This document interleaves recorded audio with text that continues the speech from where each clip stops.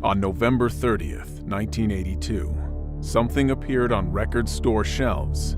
Something so hypnotic, so enticing, so unstoppable. Nothing and no one could stand in its way. What came next would send shockwaves around the world and change the face of popular music forever. That something being the legend that would become Thriller. Yes, Michael. I'm not like other guys.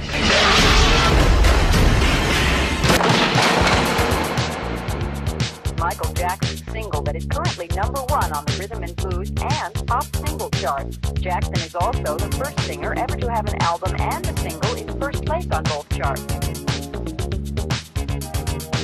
Selling album in the country is Michael Jackson's Thriller. Now, since Michael Jackson is the proud winner of 8 shiny new Grammys, you might expect the sales of his records to suddenly surge. Sorry, you see, sales have always been up. Anything with Michael Jackson on it does continue to sell.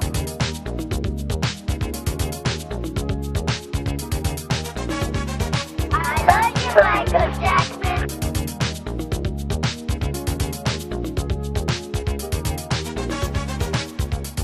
The album broke down every barrier imaginable, appealing to black and white, young and old, rich and poor, across the nation and beyond. Within 15 months, Thriller would become the best-selling album of all time, and the nation's top-selling record for 2 years in a row, with eventual sales of an estimated 70 million copies worldwide. Despite critics characterizing Thriller as simply a collection of hits rather than a coherent body of work, Thriller's production quality, innovative music videos, and Michael Jackson's incredible instincts as a performer set new standards for creativity. Quote, "Sequencing an album," Quincy Jones explained, "is one of the joys in being a producer because it's like making a movie." Michael Jackson's passion for the art of filmmaking drove him to not only create a musical masterpiece, but a visual one as well. For the first time exploring visions much darker and more sinister, revealing his own internal angst. Life would ultimately imitate art, as themes outlined in Thriller predicted struggles Michael would endure in the years to come, as though he knew it to be his destiny. He sings about being afflicted by relentless speculation, paranoia, and press intrusion, as well as intense feelings of isolation and longing for meaningful human connections. The unavoidable mindless zombies out for his blood, whether corporate leeches, the tabloids, or a predatory medical system, resulting in his startling physical transformation that the public bared witness to. Thriller left an indelible mark on Michael Jackson, a pinnacle he long yearned for, but was ultimately haunted by. Every album, single, or career move since would undoubtedly be compared to the once-in-a-lifetime hysteria Thriller mania ignited. An experience so intoxicating, Jackson never stopped pushing harder and farther to strive beyond its confines. A time when he believed his talents were endless, his impact expansive, and his legacy so enduring it will last forever. This is Thriller Forever, a video series chronicling every detail in the construction, release, and lasting impact of Michael Jackson's musical juggernaut. From the good, the incredible, the bad, and the downright ugly.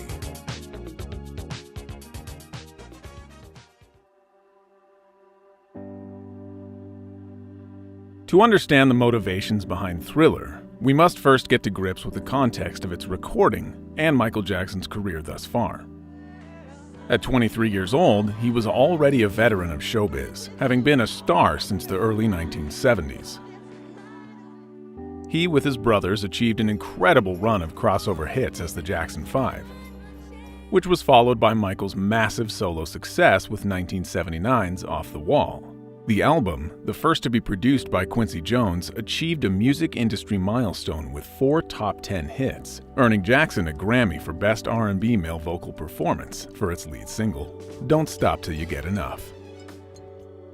Having sold over 8 million copies by 1982, Off the Wall was the best-selling album by a black artist up until that point.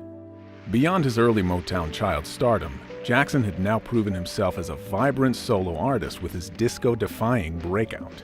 However, despite these achievements, Jackson was surprisingly disappointed by the record's outcome, both critically and commercially. After Off the Wall, Michael Jackson experienced a transitional period, a time of increased independence. Soon hiring John Branca, Michael told the entertainment lawyer that he needed to be the biggest and the wealthiest star in show business. He expressed how upset he was about his perceived underperformance of Off the Wall, feeling it deserved the Grammy Award for Record of the Year. From Michael's standpoint, he and Quincy Jones produced one hell of an album, and all he got in return was a token from the Grammy voters, who still saw him as that cute little kid with the great moves on The Ed Sullivan Show. Michael vowed it can never happen again. In general, he felt undervalued by the music industry, demonstrated in 1980 when Rolling Stone declined to run a cover story on him. Jackson responded, quote, "I've been told over and over that black people on the cover of magazines don't sell copies. Just wait. Someday those magazines are going to be begging me for an interview. Maybe I'll give them one, and maybe I won't." Therefore, Michael Jackson approached recording his next LP with this competitive determination, motivated by the bitter embarrassment he felt he suffered and his refusal to be overlooked. With laser focus, Michael was intent to study, practice, and create something so incredible it would be impossible for anyone to ignore it. In general, Michael Jackson was frustrated by albums that had one good song and the rest were like B-sides. The singer saying, quote, "Ever since I was a little boy, I would study composition, and it was Tchaikovsky that influenced me the most. If you take an album like the Nutcracker Suite, every song is a killer, every one. So I said to myself, why can't there be a pop album where every song is a killer?" With his next record, Jackson wanted to continue to push his creative capabilities. The United States was in the midst of a deep recession with the unemployment reaching a 4-decade high. Record sales had been declining since the late 1970s. Disco had faded without anything really to replace it. New Wave and MTV were only in its infancy, and the top 40 radio had all but died, as stale classic rock dominated the airwaves. As the New York Times put it, quote, "There had never been a bleaker year for pop than 1982. The music industry needed a radical shakeup, and for it to have been delivered into record stores yesterday. Therefore, on the first day of recording, producer Quincy Jones walked into Westlake Studios in Los Angeles and said, quote, "Okay guys, we're here to save the recorded music industry."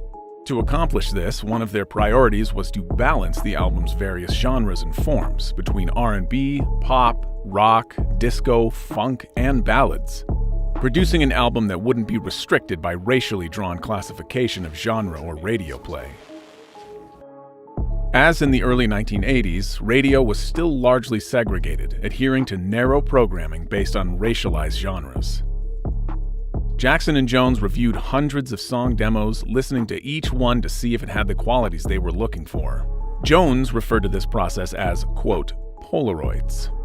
Each potential song was held up to see how it fit in with their pre-existing material and if it met their exacting standards.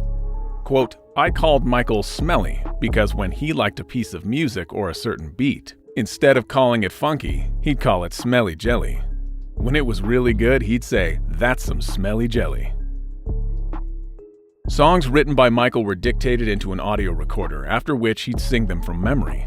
Bruce Swedien remembering, quote, "Michael was never late for a session. If anything, he would be early. Also, I never remember recording Michael with the lyrics in front of him. He would stay up all night memorizing the song or songs we were about to record. I don't think there are a lot of artists who do that." In addition to memorizing the lyrics, Michael also preferred to record vocals in the dark, so he could, without distraction, focus on his voice, the intentions of the words, and the emotions behind them. Swedien adding, quote, "The human being is primarily a visual animal. Hearing is our second sense. People can be distracted by too much light in the studio to the extent that it can take away from the music." I adore Michael. He's the greatest. And Michael is very, very polite, and he's a wonderful guy to work with. And he would say, "Bruce, that's perfect, but let's try one more." And this is like mix 80. And so I say, "No problem," so we did it. Of course, it wasn't all fun and games. According to Jackson, Quincy was a perfectionist. He always asked for another take. Quincy would often get frustrated with Jackson for spending so much time rehearsing his dance moves. Additionally, creative tensions started to reveal themselves between the two. Quote, "There was a point where we thought it was all over, that we were all finished," remembers keyboard player Greg Phillinganes. Quote, "There had been so much hard work and long hours, and Quincy's saying it's not there yet, and Michael, almost distraught, is saying, what are we going to do now?" Quincy felt that there were certain elements that were missing still, and we went back to the drawing board. He just has a great quality for excellence, for perfection, and anybody who's worked with him notices this. The way he'll make you do a thing until it's perfect. Over and over again? Yes. He's difficult to work with? No, I like to be grinded a lot. No, he's not difficult at all. He'll say, "It's beautiful, we have a take." Then he'll say, "Well, can you give us one more?" Jackson and Jones made many different mixes of each song due to their dissatisfaction with every result. After they finished the record, the production team was surprisingly somber.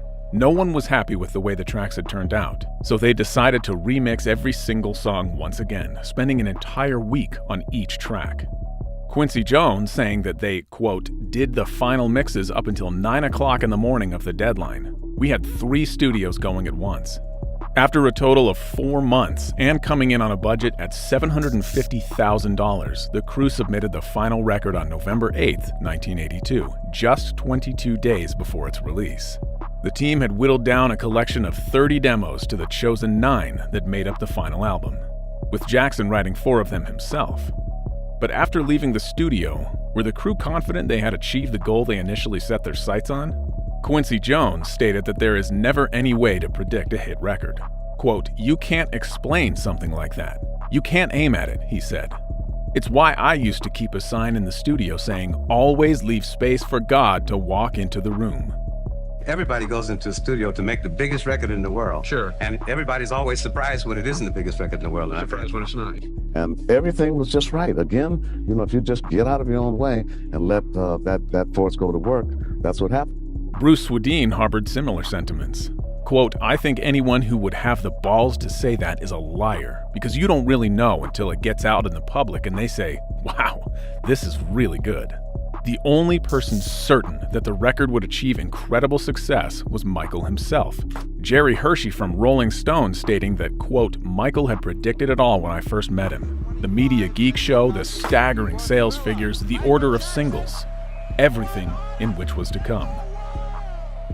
In preparation for its release, renowned photographer Dick Zimmerman captured the album cover's final image, which featured Jackson in a slick white suit he plucked off the photographer's shoulders while shooting. The gatefold sleeve reveals a tiger cub at Jackson's leg, which, according to Zimmerman, Jackson kept away from his face, fearing it would scratch him. Album artwork, certainly in the 80s, played a key role in attracting record buyers. A visual representation of the music inside, before the prominence of music videos. For a record that covers such a diverse range of genres, its slick monochromatic styling may have signified a musical reset of sorts. A new era, detached from previous disco glitz, bubblegum, and Motown, ushering in the next chapter of Michael Jackson. The presence of the cub showcasing his playfulness, as well as signifying Michael's attraction to the exotic and his more daring side. Certainly not your typical Jackson's record, the title suggesting something unexpected. All thriller without the filler.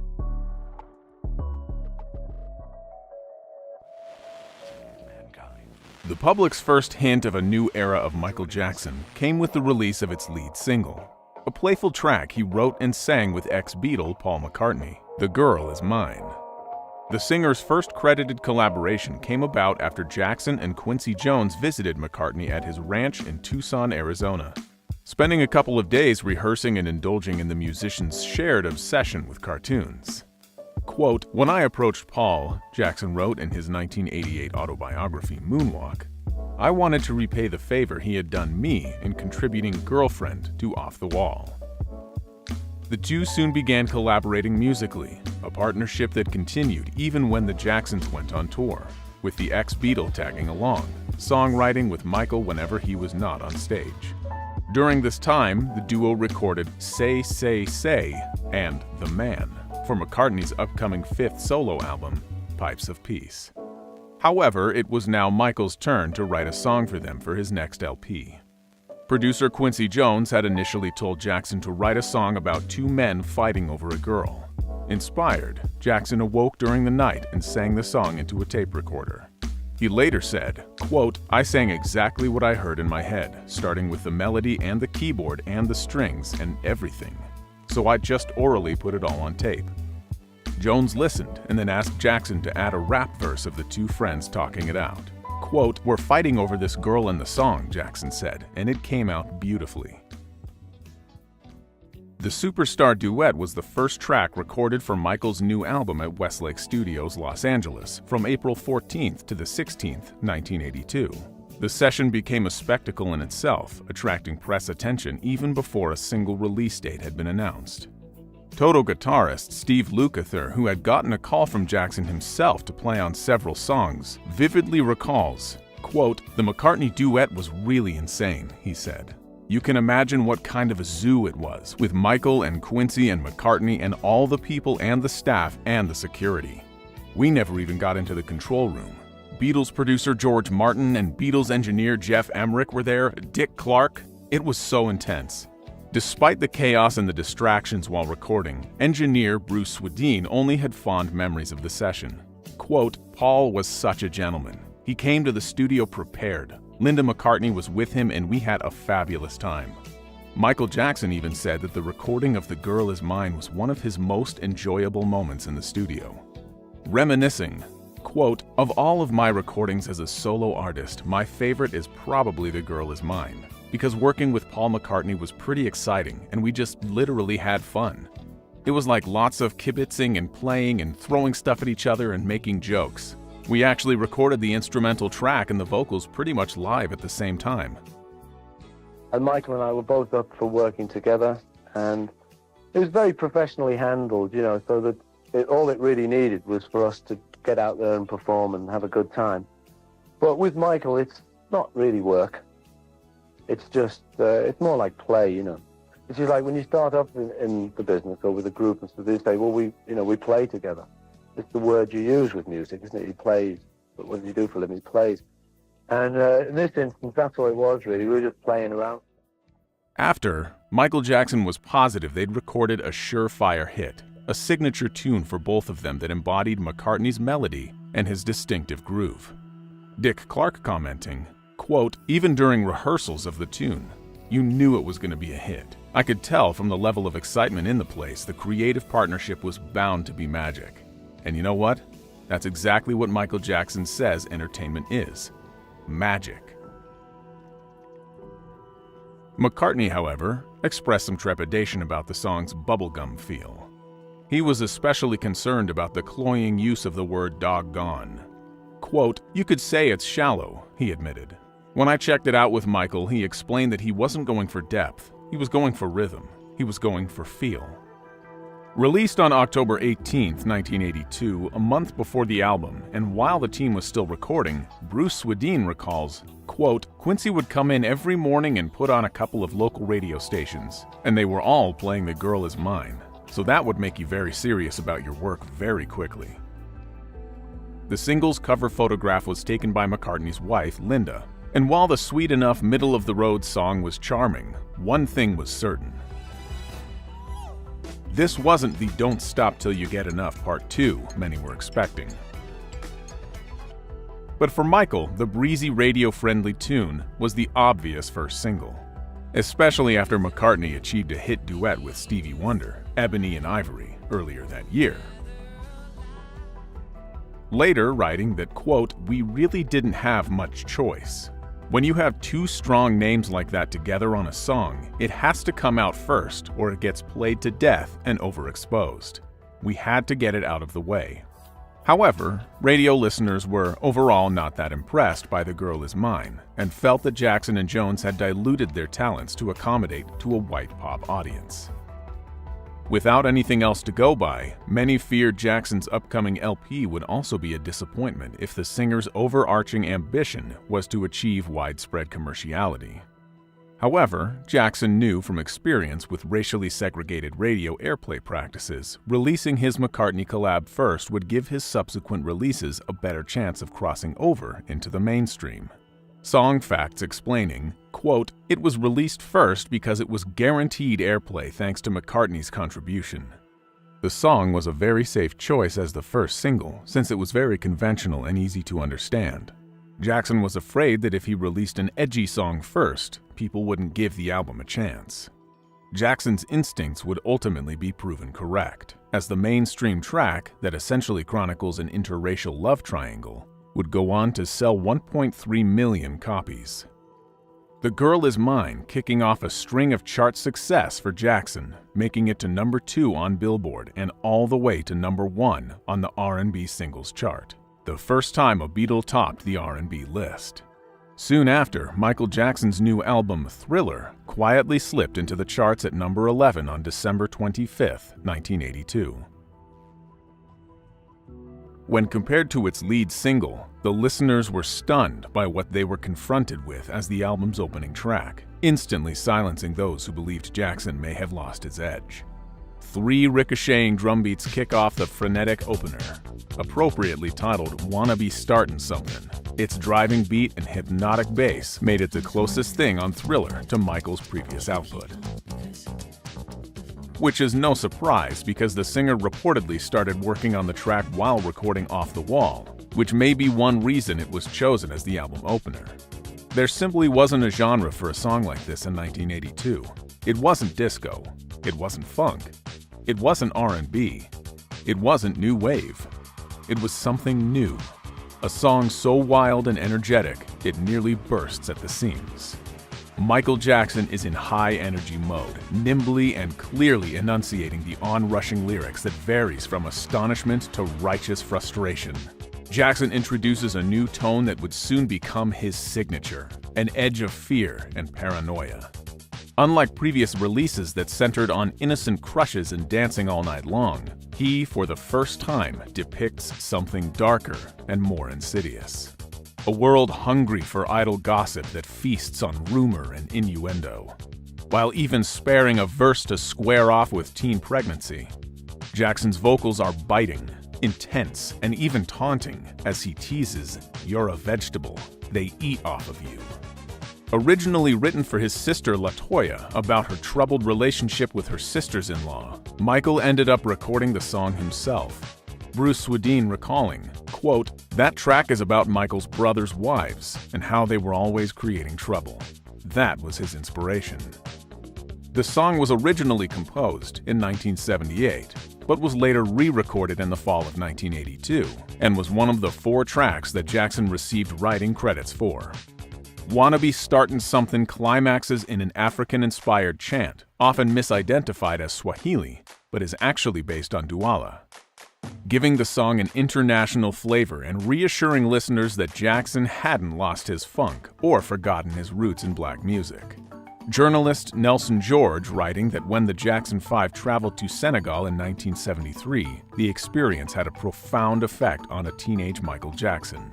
George quotes Jackson as saying, quote, "I don't want the blacks to ever forget that this is where we come from and where our music comes from. I want us to remember." A slight variation on Cameroonian saxophonist Manu Dibango's 1972 proto-disco hit, Soul Makossa. Quote, "Michael heard that, and he liked it," recalled Quincy Jones. "I said, 'Michael, that's Manu Dibango's record,' and he said, 'But I need it.' This was the sound of a new pop renaissance. It had no borders. It was a sonic carnival, perfectly capturing the diversity, confusion and velocity of a new era. Well, I know that Michael would have a little, it wasn't a dictaphone, a little cassette. He would, and you know, he would, I think, work out some things with that little move. You know, he was something else. He was able to create what he needed.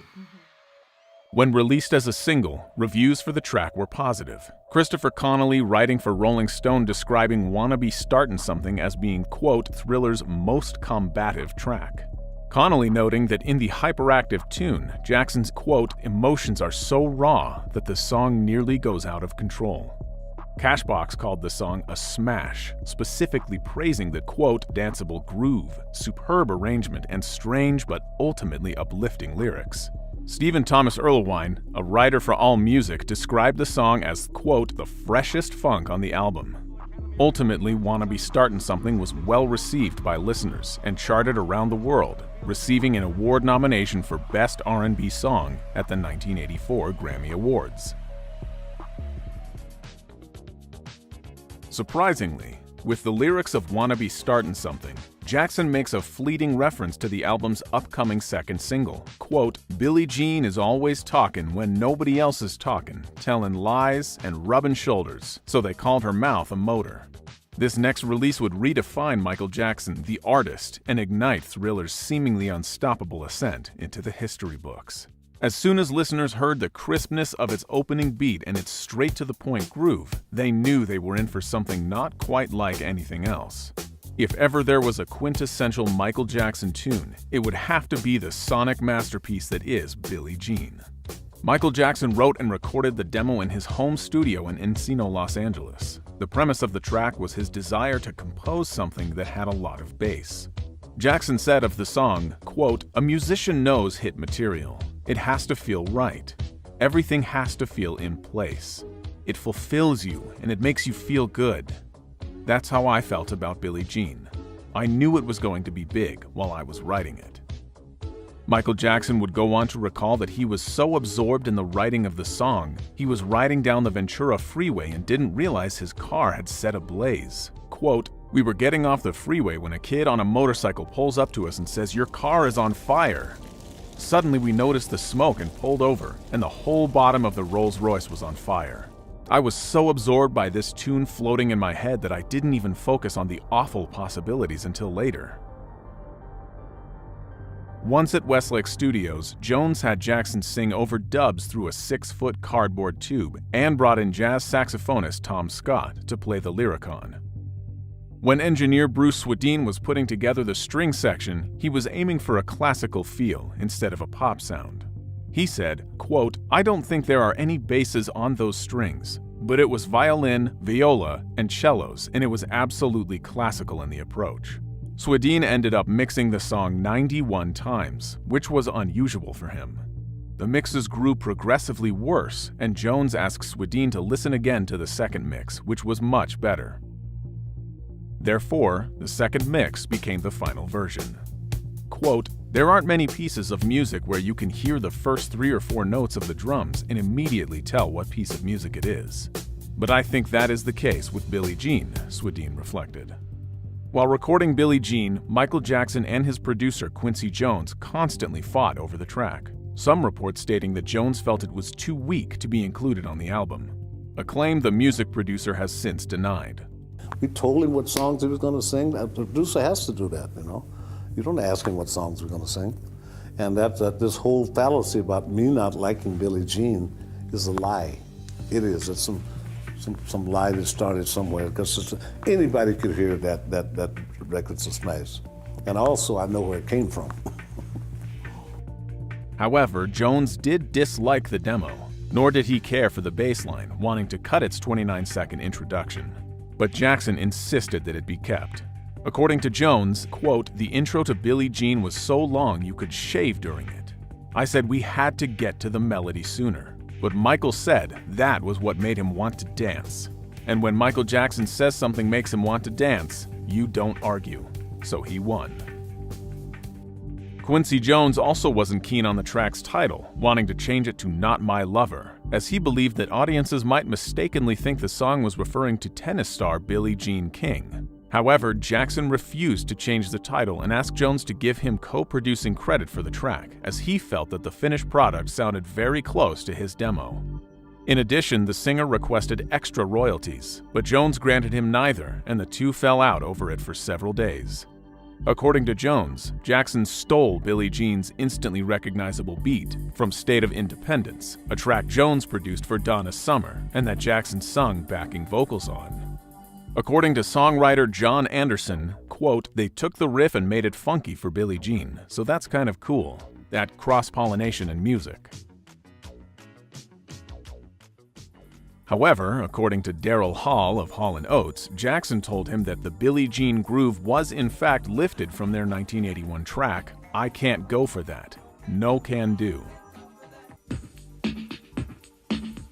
Hall telling the former child star, quote, "Oh Michael, what do I care? You did it very differently." That being said, both accounts remain unconfirmed.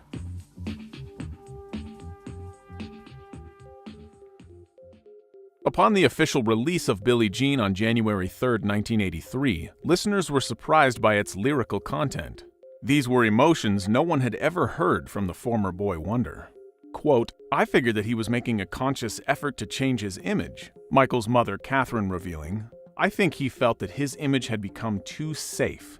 For the first time, Jackson lifts the lid on the realities of fame, and that despite the public's preconceptions, it has its darker side. A cautionary tale to, quote, "Be careful of what you do, because the lie becomes the truth." Billie Jean delves into themes of suspicion, rumor, and the perils of stardom. Recounting the story of a woman named Billie Jean who seduces the narrator, then claims that they have fathered her child, and despite his emphatic denials, continues to insist on his responsibility, causing immeasurable turmoil in his life.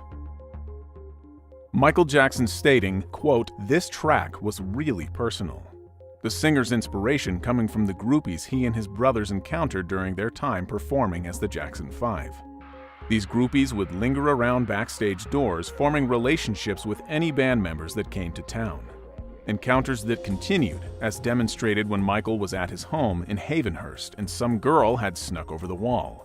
His producer Quincy Jones said that Jackson found the woman one day lounging by his pool with a bathing suit and sunglasses on. According to Jones, she accused Jackson of being the father of her child, which Jones thought was hilarious. However, the track's true inspiration was really rooted in a far more sinister experience that he didn't feel comfortable revealing to his closest collaborators, not even Quincy Jones. When Jerry Hershey of Rolling Stone noticed a snapshot tucked into a picture frame in Jackson's dining room, he acknowledged the image was of the real Billie Jean. Hershey described her as a, quote, "black teenager of average countenance, posing, most likely, for a high school yearbook." The genesis of Billie Jean had in fact stemmed from letters Jackson received in 1981 from a woman asserting that he was the father of one of her twins. Jackson regularly received such claims, despite never meeting these women, and therefore would usually just ignore them. However, she persisted, professing her love and desire to be with him, and questioning how he could ignore his own flesh and blood. These letters troubled Jackson to the point of causing him continuous nightmares. The situation escalated when Jackson received a parcel containing a photo of the fan, a gun, and a letter instructing him to kill himself at a specific time, with the fan planning to do the same after killing their baby so they could reunite in the next life. Subsequently, Jackson learned that the fan had been admitted to a psychiatric hospital. Quote, "I want to memorize her face," he said, "in case she ever does turn up someplace." In fear of inciting more obsessive fanatics, he never publicly revealed this origin story. Michael later writing, quote, "There never was a real Billie Jean. The girl in the song is a composite of people my brothers have been plagued with over the years. I could never understand how these girls could say they were carrying someone's child when it wasn't true."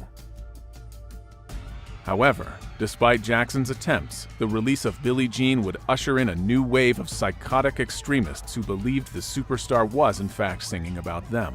One even changing their name to Billie Jean Jackson and actioning a $150 million paternity case against the superstar.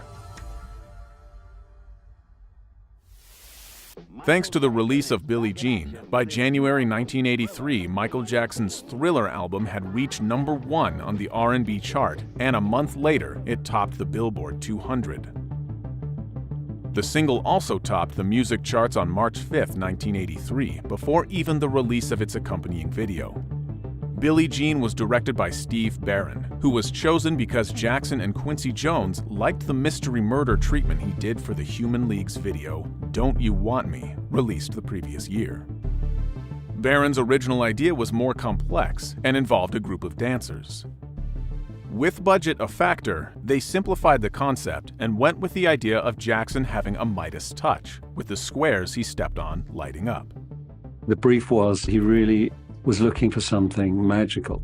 And I'd done an idea about a year earlier about the Midas touch and about everything lighting up in real magic. I wrote down a treatment which was about walking down the street and some sort of private detective. And what I'd planned for him in terms of walking along the street and the dances and things was that all the paving stones would be interactive. So he pressure interactive. So he'd step on one and the light would come on. Of course, the budget that the art director couldn't deliver on the day. I had to take Michael through what worked and what didn't. And I said, unfortunately, we've only got 11 of these stones that light up. And I said, this is one, those two, and then you've got to skip that one. And he said, no, let's just do it. Steve Barron remembers being in awe of the artist. Quote, "We shot that first take, got to the end, and everyone, up in the gantries eating their sandwiches, reading the paper, painters working on another set, just burst into applause. We all just knew we'd seen another era of superstar." To save on set design, they used a technique where painted glass was placed in front of the camera to fill in the wide shots without building actual set pieces. The video also utilized innovative editing techniques, including rapid cuts and transitions, to create a dynamic and engaging visual. Barron and his team worked closely with Jackson to capture his dynamic stage presence and showcase his dance moves in a way that was both captivating and stylish. The video also debuted Michael Jackson's new look for this era. Gone was his signature afro and showbiz glitz, to be replaced by a slick Jerry curl and black leather suit with a playful pink shirt and a red bow tie. A photographer follows Jackson but can never capture him in celluloid, as when photographed, the superstar fails to materialize on the developed picture. Jackson dances as he walks along a sidewalk to Billie Jean's hotel room. Upon arrival at the hotel, he climbs the staircase to Billie Jean's room, lighting up each step and illuminating a burnt-out hotel sign as he passes it. The paparazzo then arrives at the scene and watches as Jackson vanishes under the cover of her bed, before the police arrive and arrest him for spying on Billie Jean. As the paparazzo is led away, he drops a tiger print cloth that Jackson had left behind after polishing his shoe with it earlier in the video. On both occasions, the cloth briefly transforms into a tiger cub, referring to the cover of Michael Jackson's Thriller album. The Billie Jean video is often credited with breaking color barriers on MTV, a channel that debuted on August 1, 1981, and up until that point exclusively pushed white artists with a more rock-oriented output. This didn't go unnoticed, as MTV was accused of racism during this era, most notably by Rick James, whose Super Freak video was rejected by the network. This isn't the Wizard of Oz. There are black people here, and we make music, and we spend thousands, $100,000 on videos. And we're not doing this for the sake of because we enjoy doing it. We're doing it because it's part of the art. Quote, "Maybe MTV gets slagged because of what is construed as its overt racism." Journalist Michael Shore wrote in The Village Voice in 1982, quote, "It goes for the biggest sellers to the biggest audience, which means white youth music as in corporate rock and heavy metal." Many behind the scenes at MTV argued that while viewers in New York or other cosmopolitan centers wouldn't be fazed by seeing black artists as part of their programming, they also needed to accommodate Middle America and less open-minded territories. Even though MTV had a growing viewership, record companies wouldn't budget for videos by their black artists since they didn't think they would play them. So the network could make the argument that they simply didn't have any good videos by black artists. However, as an avid fan of filmmaking, Michael Jackson knew that argument wouldn't fly as soon as he presented them with the Billie Jean video, which was startlingly innovative and took the new art form to greater heights. Despite its production value and Jackson's star quality, MTV initially refused to air Billie Jean, promising to instead broadcast Michael's next video because it was more fitting to their rock format. We are looking for a certain sound and a certain point of view. Bob Pittman is the 29-year-old whiz kid who created MTV after a successful career as a radio station program director. He sees little difference between radio and cable. We are not all things to all people. We are cable television, and what cable television does best is specialize. One thing per channel, so you know exactly what you're getting when you turn on the channel. Enraged by their refusal, Walter Yetnikoff, the president of Jackson's record company CBS Records, threatened to expose MTV's stance as a racial discrimination. Quote, "I said to MTV, I'm pulling everything we have off the air, all our product. I'm not going to give you any more videos. And I'm going to go public and tell them about the fact you don't want to play music by a black guy." MTV quickly relented and premiered the Billie Jean music video on March 10, 1983. The single was already topping the charts, but in part because of the video's heavy rotation on MTV, Billie Jean soon broke records by remaining #1 for a total of 7 weeks. Although MTV fed the public Michael Jackson's most captivating of visuals, the video didn't contain the superstar's most iconic elements of Billie Jean. For example, his fedora, sequin glove, and the moonwalk. These visual cues would debut on May 16, 1983, when Jackson agreed to perform the track at the Motown 25, Yesterday, Today, Forever television special.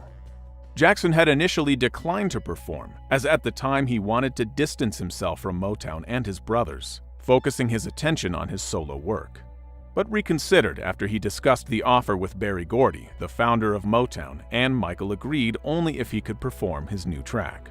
Following performances by Marvin Gaye, Smokey Robinson, and Mary Wells, the Jacksons sang a medley of their early Motown hits. After the group performed I'll Be There, his brothers left Michael alone on the stage.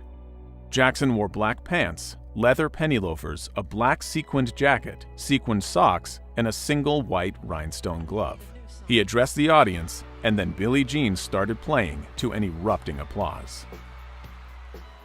During the song's instrumental interlude, he executed a move that many believe sealed his status as a pop icon. Jackson gliding backwards, performing what instantly became his signature, the moonwalk, before spinning on his heels and landing on point. It was the first time Jackson performed the move in public, after practicing it over and over again in his kitchen prior to the show. The special was watched by 50 million people, and Jackson received an Emmy nomination for his performance. Motown 25 is considered a watershed moment in popular culture, solidifying Michael Jackson as a supreme performer of a generation.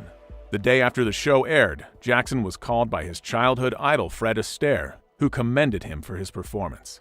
Another childhood idol, Sammy Davis Jr., admired Jackson's black sequin jacket during the show and later received it as a gift. Despite the show's success, Michael was surprisingly dissatisfied with his performance. After getting off stage, he cried due to being unhappy with his spin and toe stand, as he wanted it to last longer. However, the gloved one was comforted by a kid that ran up to him after the show and emphatically praised his moves, taking solace in the belief that children are often your most honest critics. As a result of this performance, Jackson reached a new audience and increased sales of Thriller, soon selling as much as 1 million copies a week, becoming the first artist ever to have an album and single in top position on the Billboard charts at the same time.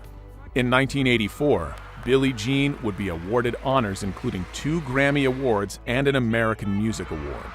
Certified Diamond, a Billboard poll named the tune as Black Single of the Decade, with many considering Billie Jean as one of the greatest songs of all time.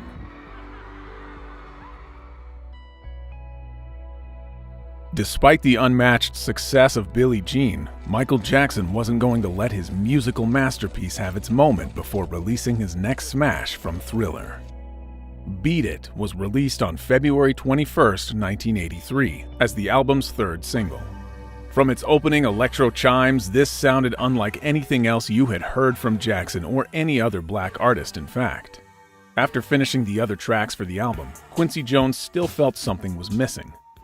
Quincy saying that he felt the album needed, quote, a song like My Sharona, a black version of a strong rock and roll thing. With the ongoing backlash against disco making it necessary to make a stark switch from Off the Wall, Jones and Jackson were determined to make a rock song that would appeal to all tastes. Michael Jackson writing that, quote, I had been thinking I wanted to write the type of rock song that I would go out and buy, but also something totally different from the rock music I was hearing on Top 40 radio. The result was harder, grittier, rawer than anything Michael Jackson had embarked on before.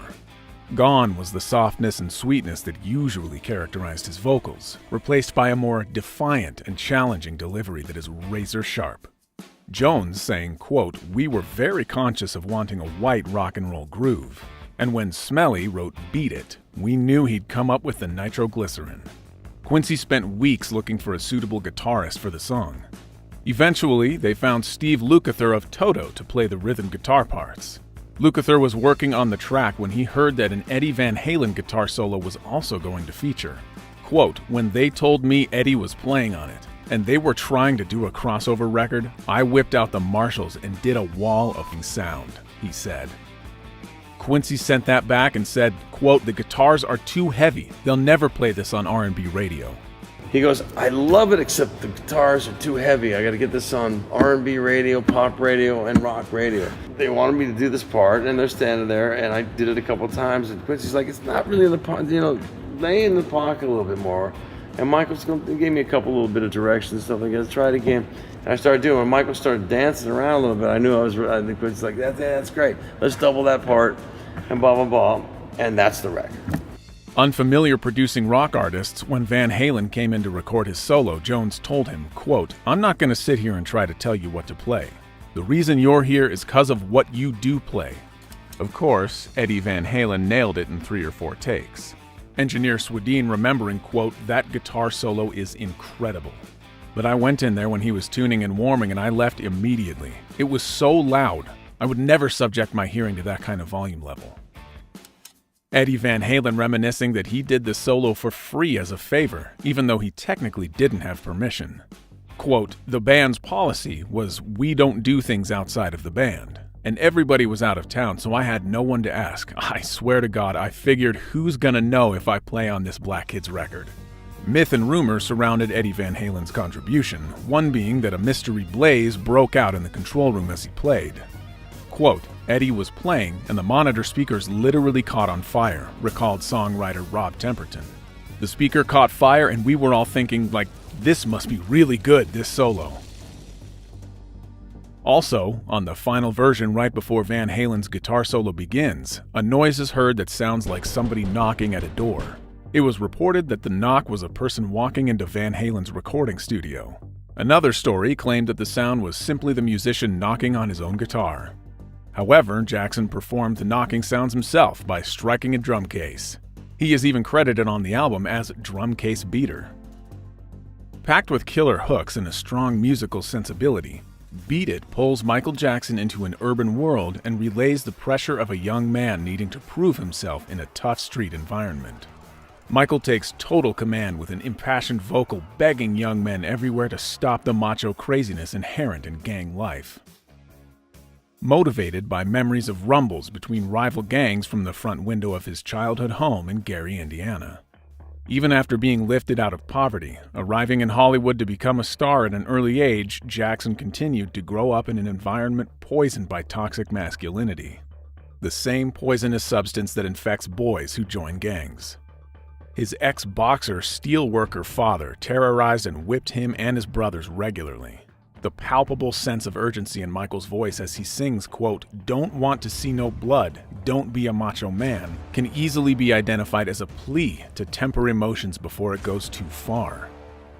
As though coming from someone who firsthand experienced the trauma of machismo gone wild. However, music critics interpreted Michael's depiction of gang violence as being more rooted in Hollywood spectacle, rather than his experience on mean streets of Gary. Songfacts asserting, quote, his interpretation of two gangs coming together to rumble was based on the celluloid interpretations that he'd seen, specifically West Side Story, which used gangs as musical art. Unsurprisingly, the 1961 musical adaptation was a huge inspiration for Jackson when composing Beat It. Its title lifted from the movie's opening line. Beat it. Its references become even more evident in the track's accompanying music video. News of a fight circulates a diner and pool hall where gang members arrive, and the song begins to play. The camera cuts to Jackson lying on his bed as he contemplates the senseless violence.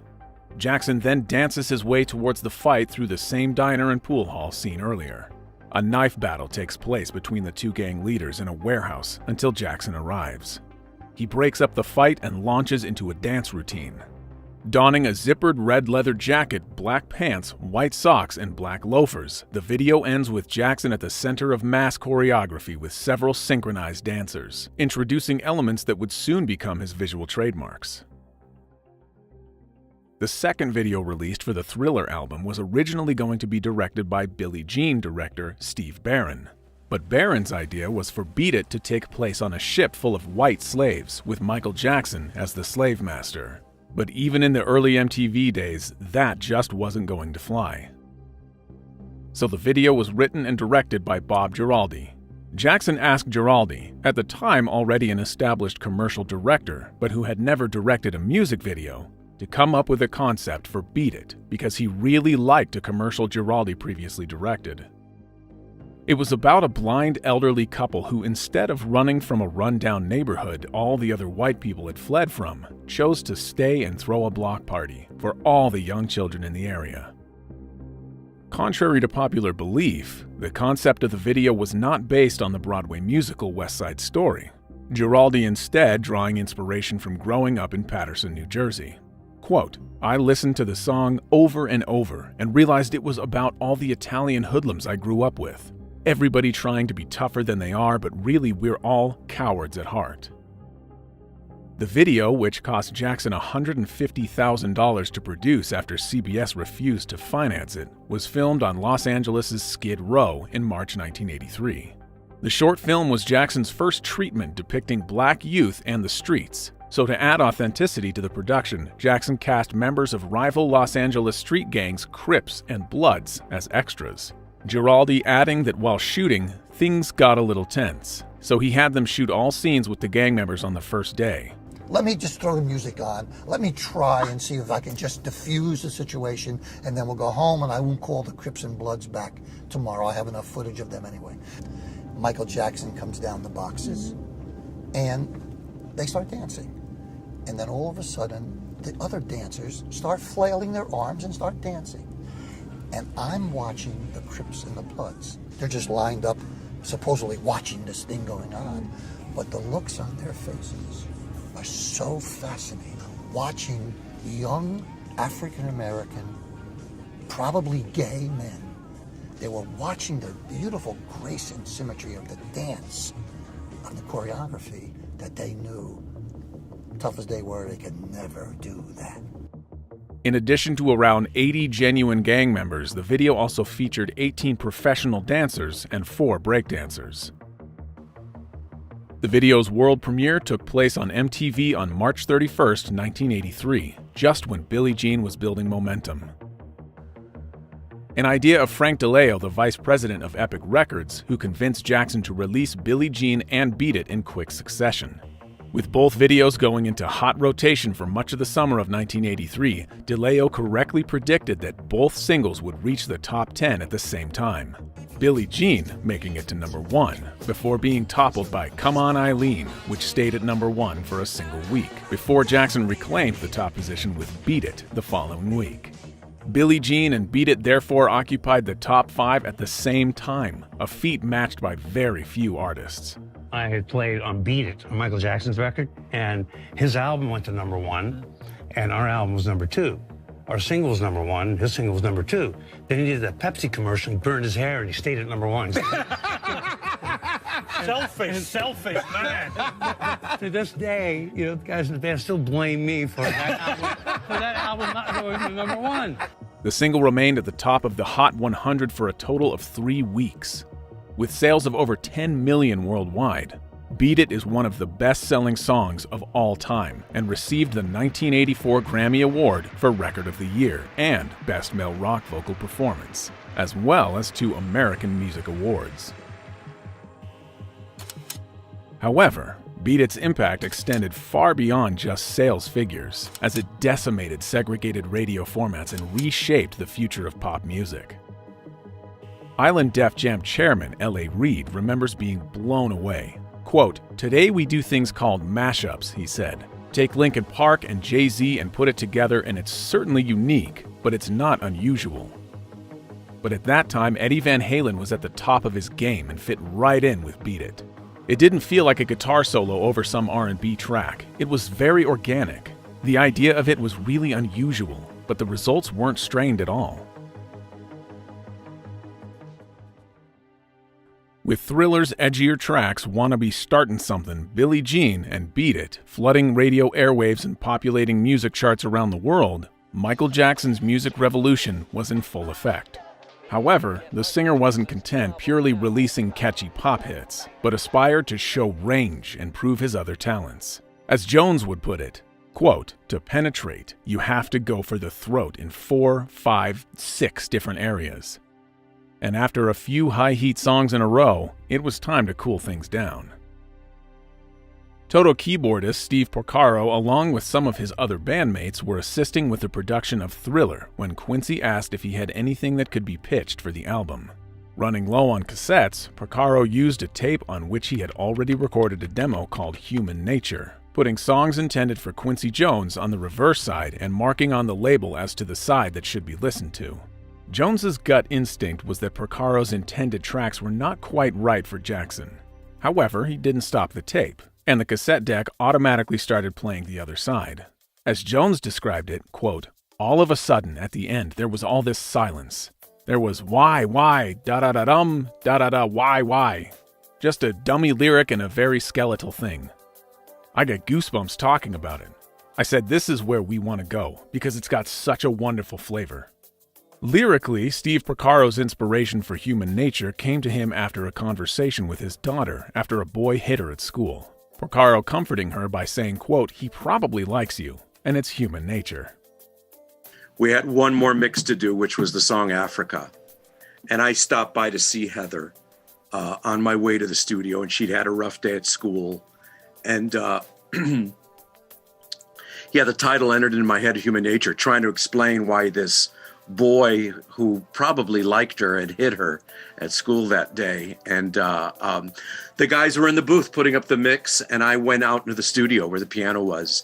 And pretty much the main chord structure of the song kind of all came to me at once. He later created a demo for the track and presented it to Toto's other bandmates. However, they passed, stating it wasn't rock enough and felt the song would work better for someone else. Jones was excited about its potential, but was dissatisfied with the original lyrics. So he asked Jon Batiste, who had written hits for the likes of the Carpenters and the Pointer Sisters, to write some new ones. Porcaro, reflecting on Batiste's contribution, quote, "He just nailed it. He turned my record into a song with a beginning, middle, and end." As the song developed, Jackson's breathy, lighter-than-air performance resulted in one of Thriller's most memorable moments, an ethereal, melodic symphony that cushioned Jackson's vocals as they float and swirl before taking flight with those oh-so-perfect, and unscripted, extended exclamations of why. By the late 1970s, Jackson's abilities as a vocalist were well regarded. Rolling Stone critic Stephen Holden writing that, quote, "Jackson's feathery-timbered tenor is extraordinarily beautiful. It slides smoothly into a startling falsetto that's used very daringly. Jackson's vocal delivery keeps the track feeling fresh, and the intoxicating melody feels as though it has been plucked from the future or another world entirely." Even though Jackson didn't write Human Nature, the unencumbered emotion in his voice gives no doubt that Jackson found resonance in its lyrics. An outsider from his window looking onto a thrilling city, the singer fantasizes about stepping out and connecting with the life that surrounds him, yet appears to be out of reach. Michael Jackson attempts to take himself off the pedestal of fame and pursue a woman he is interested in. The yearning for freedom and authentic personal connection being universal. Michael revealing desperate times of unhappiness and isolation in his autobiography. Quote, "I was so lonely. I wanted to meet people who didn't know who I was. I wanted to run into somebody who would be my friend because they liked me and needed a friend too, not because I was who I am." I get afraid of, well, I don't know people. I get afraid of people sometimes. It's a whole nother life that I haven't really experienced that. Like friendship is a thing I'm just beginning to learn about. I was raised on the stage, and that's where I'm comfortable. And everything else is like foreign to me. I'm just beginning to know and learn about people, friendship, and things like that. Human Nature ultimately replacing another track which had already been recorded, titled Carousel. A light, playful number that echoed similar sentiments found in Off the Wall's Girlfriend and Rock With You, as well as the Jackson Brothers' earlier bubblegum hits at Motown. A flirtatious whimsy that fans grew to expect as part of a Michael Jackson record, and that was delivered on Thriller with PYT, Pretty Young Thing. Written by James Ingram and Quincy Jones with a spring in its step, PYT is the album's designated infectious party jam. While not overly complex musically nor vocally challenging, there is a sweetness embedded into the track. A moment of fun dance pop that isn't meant to change the world, but will undoubtedly shuffle your feet as you listen. Quincy Jones came up with the original title after his wife, Peggy Lipton, brought lingerie with the words "Pretty Young Thing" printed on them. From there, Jones asked several songwriters to write a track around the title. Jackson penned a mid-tempo version of PYT with keyboardist Greg Phillinganes. However, Jones wanted an upbeat track, and when James Ingram presented his demo, Jones said, quote, "That's it," and sent Ingram home to finish the lyrics. Jones then suggested they extend the bridge and add a chant section, resulting in Jones receiving his only co-writer credit on the album. Michael Jackson professed his love for the version Ingram and Jones came up with, stating that he liked the code in the lyrics and the fact that the words like tenderoni were fun rock and roll type words that couldn't be found in the dictionary. James Ingram later described working with Jackson and Jones. Quote, "It's almost like I got the chance to go to Oz, and Quincy was the Wizard of Oz, and Michael Jackson was who he was dealing with in his world. Their work ethic is unbelievable." For backing vocals, Swedien positioned Jackson at different distances from the microphone to record each track, so to get a thicker sound. Two of Jackson's sisters, Janet and LaToya, also provided backing vocals, singing the na na na part behind their brother towards the end of the song in the guise of being the PYTs. When eventually released on September 19, 1983, PYT had already gained popularity with listeners and was in heavy rotation on black radio. A frizzy funk tune, it was a perfect remedy for Jackson fans on the lookout for a danceable groove in the post-disco era. Michael continued to serve this niche on the Thriller album by incorporating tracks written by Rod Temperton. Having previously written hits Always and Forever and Boogie Nights as a member of the multiracial R&B group Heatwave, Temperton was at this point a trusted Jones collaborator. Having previously contributed to Jackson's Off the Wall album, its title track Burned This Disco Out, and the mega hit Rock With You. Writing the upbeat but ultimately unreleased Got the Hots and Hot Street, Temperton ended up contributing 3 other songs that made it onto Thriller. This included the funk soul groove Baby Be Mine that finds Jackson in a more carefree space vocally than elsewhere on the album. Quincy Jones refers to Baby Be Mine as Coltrane done in a pop song. Quote, "Take a close look at Baby Be Mine," he said, starting to scat. "It goes deedle-dee-doo, dee-dee-dee. That's Coltrane, man. It's got pop lyrics and a beat, but it's Coltrane." It all came from the same place. The frequent chord changes and occasional key shifts reflect bebop values, as do the quick splashes of background vocal fills. The production and specifically Jackson's vocals elevate the song from being purely filler, as one expects it would be on a lesser artist's album. However, Rob Temperton wasn't satisfied just writing the more frivolous pop tracks on the album and was inspired to write something more theatrical to suit Jackson's larger-than-life stage persona. Temperton improvised with bass and drum patterns until he developed the bass line that runs through the track. Then he wrote a chord progression that built to a climax. He recalled, quote, "I wanted it to build and build, a bit like stretching an elastic band throughout the tune to heighten suspense." Temperton's first version was titled Starlight, with the chorus lyric, quote, "Give me some starlight, starlight sun." Quincy felt that the song should be the album's title track, but felt Starlight was not strong enough of a title. Instead, they wanted something much more mysterious to match Jackson's evolving persona. Saying to the songwriter, quote, "You managed to come up with a title for the last album. See what you can do for this one." Temperton revealing, quote, "I went back to the hotel, wrote 200 or 300 titles, and came up with Midnight Man." Jones felt Temperton was going in the right direction, but still wasn't quite there yet. Quote, "The next morning I woke up and I just said this word. Something in my head just said this is the title. You could visualize it at the top of the Billboard charts. You could see the merchandising for this one word, how it jumped off the page as Thriller." With the title decided, Temperton wrote its lyrics within a couple of hours. Somehow the British songwriter picked up on Jackson's love of horror movies and gave the lyrics a more ominous feel. The song found a balance between a Broadway-style narrative and a thumping, irresistible dance floor beat. Temperton envisioned a spoken word sequence for the ending, but did not know what form it should take. It was decided that it had to be performed by a famous voice from the horror genre, with Jones's then-wife suggesting her friend Vincent Price. Temperton composed the words for Price's part in a taxi on the way to the studio on the day of recording. Quote, "Rod wrote this brilliant Edgar Allan Poe spiel," said Jones, "and Vincent really understood it. Vincent did it in 2 takes. Incorporating sound effects such as creaking doors, thunder, footsteps, wind, and howling dogs, or more like Michael giving his best imitations. As soon as you hear the opening of Thriller, it's difficult not to conjure up visuals for its short film. But before its iconic imagery was burned into our collective consciousness, Thriller was just this catchy but kooky track in the middle of an otherwise mature album.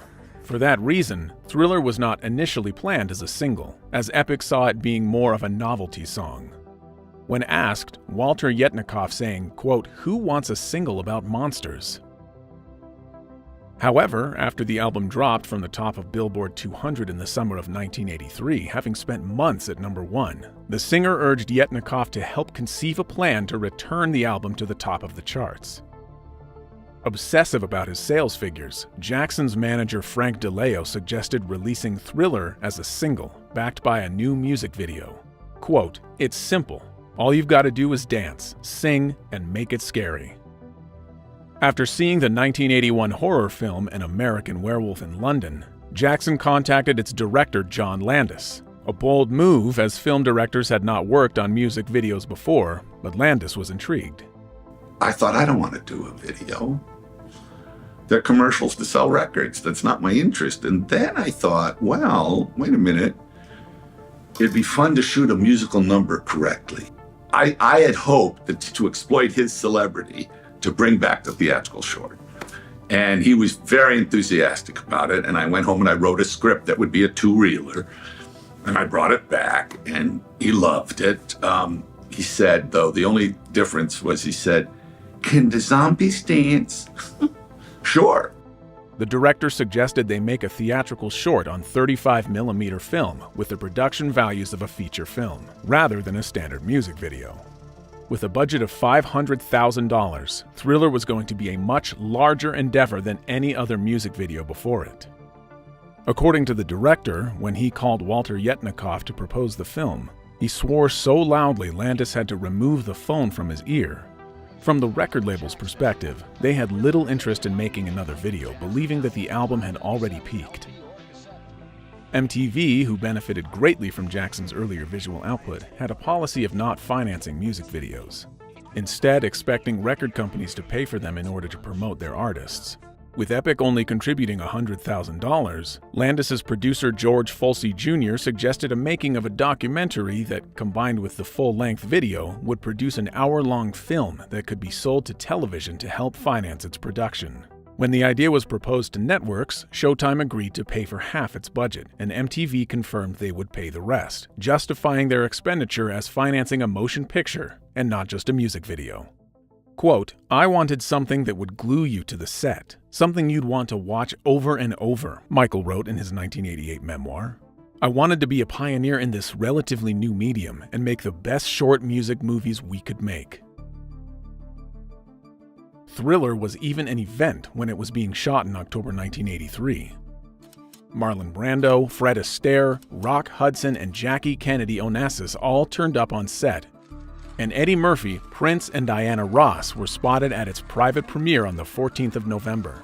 A week later, it was first shown to the public. To be eligible for the Oscars, it needed a week-long theatrical release, so Landis arranged for it to open bizarrely at Disney's Fantasia, at a single cinema in LA, though it was never nominated by the Academy. Then at midnight on 2nd of December, after weeks of trailers and media hype, MTV debuted Thriller to the world.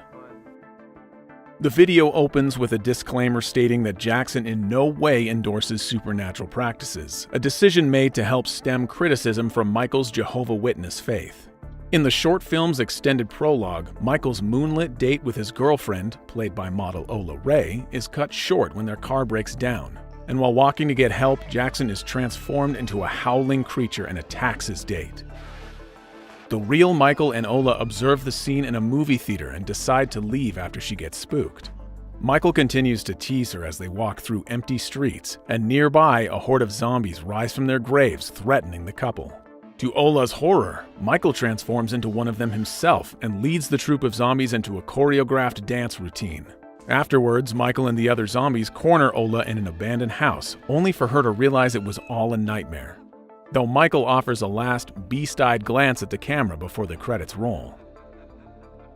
While the music video has plenty of visual elements that have since become iconic, particularly Jackson's red moto-style jacket and matching pants, the Thriller dance sequence, developed by choreographer Michael Peters, is one of the most distinctive and imitated choreographies of all time. Dancer Vincent Patterson was asked to train Jackson and the other dancers for 4 days before they filmed, as well as appear as a zombie in the video himself. Quote, "I thought Peters hit the target immediately," Patterson recalls. "It was technical to a point. You couldn't be too technical with Michael Jackson. He wasn't an extremely trained dancer, but he could pick up things very, very well." Other iconic scenes in the music video included Michael's various terrifying metamorphoses. Inspired by American Werewolf in London, Jackson initially wanted to be transformed into a 4-legged beast. However, this idea was soon replaced with a 2-legged monster so Michael could still dance. John Landis suggested that Jackson should become a werewolf in a 1950s setting, inspired by the 1957 film I Was a Teenage Werewolf. However, special effects makeup artist Rick Baker decided to instead turn Jackson into a werecat. Quote, "Because I just didn't want to do another werewolf," he said. And I discovered he really just wanted to turn into a monster. That was his desire. He loved it.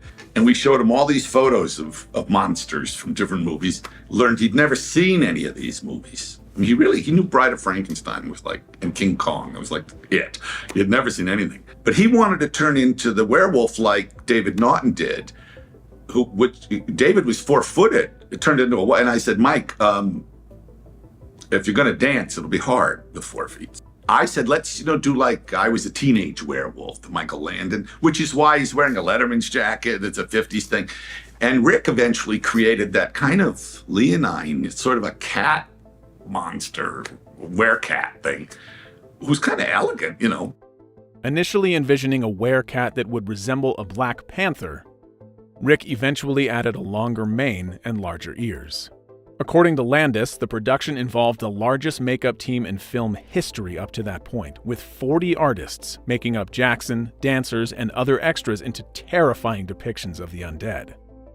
During its development, John Landis insisted that Jackson's transformations couldn't be too unattractive, but Baker was amused at how into the idea of turning into a monster Michael was. Quote, "I thought he's like a rock star. I don't think he's going to want to wear this makeup. But it turned out that's what he wanted to do more than anything," Baker recalled. But you also did personal makeups for Michael, too, after that. I didn't. Never? No. He wanted me to make pieces for him, disguise pieces and stuff, so he could go out. But he wanted to put them on himself. And I really felt we couldn't do what he really wanted, and he couldn't put it on in a way. I remember there was a picture in the National Enquirer of Michael with a afro wig on and his face painted gray, and it said it was a $10,000 makeup by makeup artist Rick Baker. Great, nice commercial. Yeah, and that's exactly why I didn't want to do it.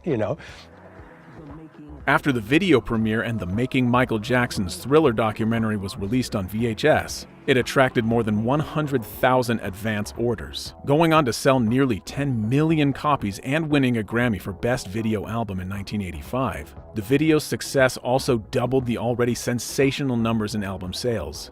Thriller would go on to receive 3 MTV Video Music Awards for Best Overall Performance in a Video, Best Choreography in a Video, and Viewer's Choice, as well as a People's Choice Award for Favorite Video of the Year. The song had been certified diamond, selling over 10 million units, and Thriller continues to chart every Halloween season, reaching #1 on 3 different Billboard charts the week of November 8, 2023, some 40 years after its initial release.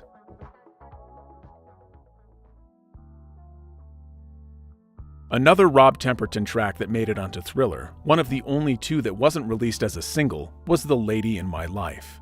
Chosen to close the record out, the classic Sinatra-style ballad provides a finale full of grace and dripping with old-school soul.